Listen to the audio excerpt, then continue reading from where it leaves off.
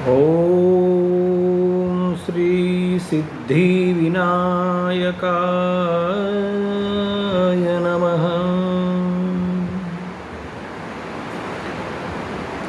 श्री सिद्धिविनायक मंदिर देवस्थान में अहमदाबाद आप सभी भक्तों का हार्दिक स्वागत करता है। हमारे यहाँ भक्तजन बहुत आते हैं दर्शन के लिए, और आते ही दर्शन करने के बाद कुछ प्रश्न पूछते हैं कि हम साकार मूर्ति पूजा हम क्यों करते हैं। तो भक्तजनों की जिज्ञासा को पूर्ति करने के लिए आज हम कुछ बातें आपको बता रहे हैं। विश्व संस्कृति आदि और अनादि काल से एक या दूसरी से मूर्ति की पूजा करती आ रही है। परम तत्व को अनुभव में लाने के लिए स्तुति, वर्णन, वेद घोष इत्यादि होते हैं और उसमें साकार की भावना प्रकट होती है। किस प्रकार से? भगवद गीता में भगवान श्री कृष्ण कहते हैं, यद यद विभूतिमत्सतवम् श्रीमद्दुर्जितमेव वा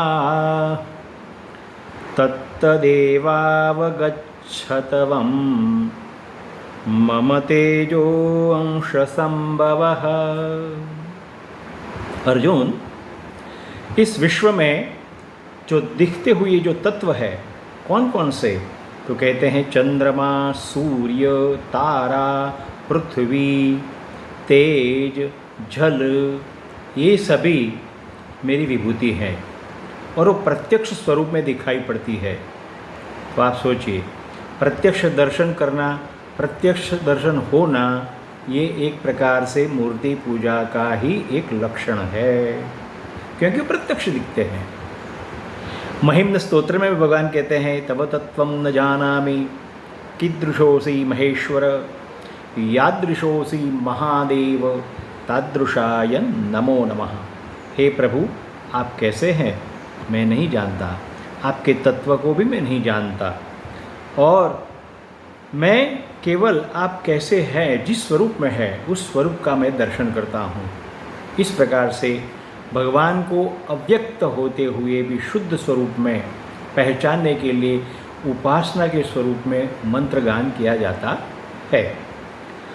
आकार जो है शिव का हो, विष्णु का हो, गणपति जी का हो या अंबिका माता का हो, तो आकार में मूर्ति में चित्त को एकाग्र करने के लिए हमेशा अभ्यास की जरूरत पड़ती है। और एक स्टेज आ जाता है जब आप बारंबार क्रमशः आपके इच्छित देवताओं का बारंबार दर्शन करते हैं, उनके श्रृंगार का दर्शन करते हैं, उनके गुणों का दर्शन करते हैं, तो एक ऐसा स्टेज आता है वो आपके साथ, आपके हृदय में, आपके मगज में वो स्थिर हो जाता है। उसके बाद आपको स्मरण में आते ही वो स्वरूप प्रकट होता है। इसलिए इस गान के द्वारा, ऋचाओं के द्वारा, स्तोत्र के द्वारा, उनके श्रृंगारों का वर्णन के द्वारा उनको हमारे हृदय में, हमारे मस्तिष्क में स्थिर किया जाता है। एक स्टेज आता है उसके बाद कि अगर आप उसके दर्शन न करो तो भी वो साक्षात प्रकट हो जाते हैं।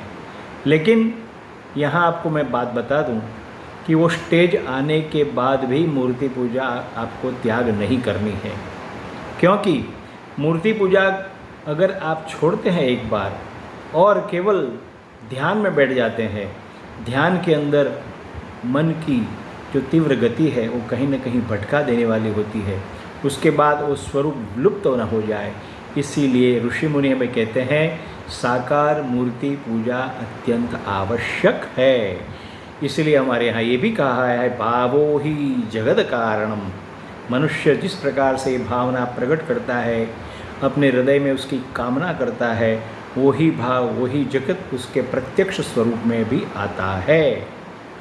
भगवान ने गीता में भी ऐसी कहा है, ये प्यन्य देवता भक्ता भजन्ते मां श्रद्धयान्विताः तेपि मामेव कौन्तेय यजन्त्य अविधिपूर्वकम्।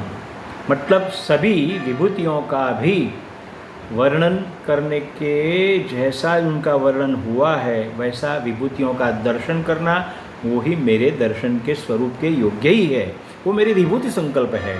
जैसे आगे कहा चंद्र सूर्य तारा इत्यादि ये सभी भगवान की विभूतियाँ हैं, वो अलग अलग स्वरूप में विराजमान है इस प्रकृति के अंदर, इस विश्व के अंदर। तो ये बाह्य उपचार ये भी आपके जीवन के विकास के लिए, आपकी भक्ति मार्ग के आगे प्रणेता बनते हैं, आपको आगे जाने के लिए योग्यता प्रदान करते हैं। इसलिए मूर्ति में भगवान का भाव प्रकट करना, निरूपण करना और उनकी पूजा अर्चना करना ये आवश्यक है, ऐसा हमारे शास्त्रों ने वर्णन किया हुआ है। तो मूर्ति पूजा, साकार पूजा हमारे शास्त्रों में स्वीकृत है। वेदों में भी ऐसे मंत्र आते हैं, बहुत से मंत्र ऐसे आते हैं जिसके अंदर मूर्ति का भाव। वैसे तो इस गान किया गया उस समय तो ब्रह्म एक जलमय था, आपोमयम जगत सर्वम, पृथ्वी केवल जलमय थी। लेकिन धीरे धीरे धीरे धीरे धीरे दशावतार का स्वरूप अभी कभी आपको हम समझाएंगे कि निर्माण की जो एक प्रक्रिया है भगवान ने किस प्रकार से आपके समक्ष रखी की है जीव के प्रति। तो ये सब कामनाएं साकार मूर्ति पूजा के साथ साथ जुड़ी हुई है। और यहाँ सिद्धिविनायक देवस्थान में जितने भी भक्त आते हैं उनकी जिज्ञासाओं को पूर्ण करने के लिए हमारा ये नम्र प्रयत्न रहता है। तो आपके अगर प्रश्न हो तो हमें इस माध्यम के द्वारा हमें प्रश्न पूछ सकते हैं, उस प्रश्न का यथोचित हम आपको उत्तर भी देंगे, आपकी जिज्ञासाओं को पूर्ण करने का हम प्रयत्न करेंगे। जय गजानन।